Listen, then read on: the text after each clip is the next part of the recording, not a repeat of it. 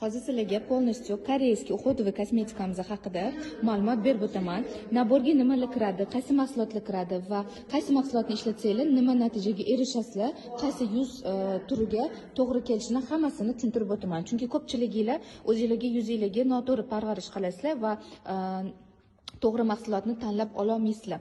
Mana значит, birinchi etapdan boshlasak, bazaviy уход очищение hisoblanadi. Очищениеga nima kiradi? Gidrofilni maslo bilan penka kiradi, qizlar.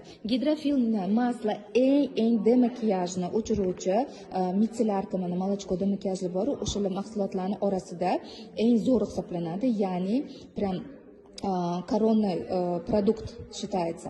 Chunki gidrofil yog'i prям poralarni 100% tozalab, очищение qilib beradi. Teg-tugi bilan yuzinglardagi hamma o'sha kirlarni, makiyajlarni tozalab beradi. Buni tarkibida nimalar bor? Kollagen bor, probiotiklar bor. Tasavvur qilasizlarmi? Gidrofilni masloning tarkibida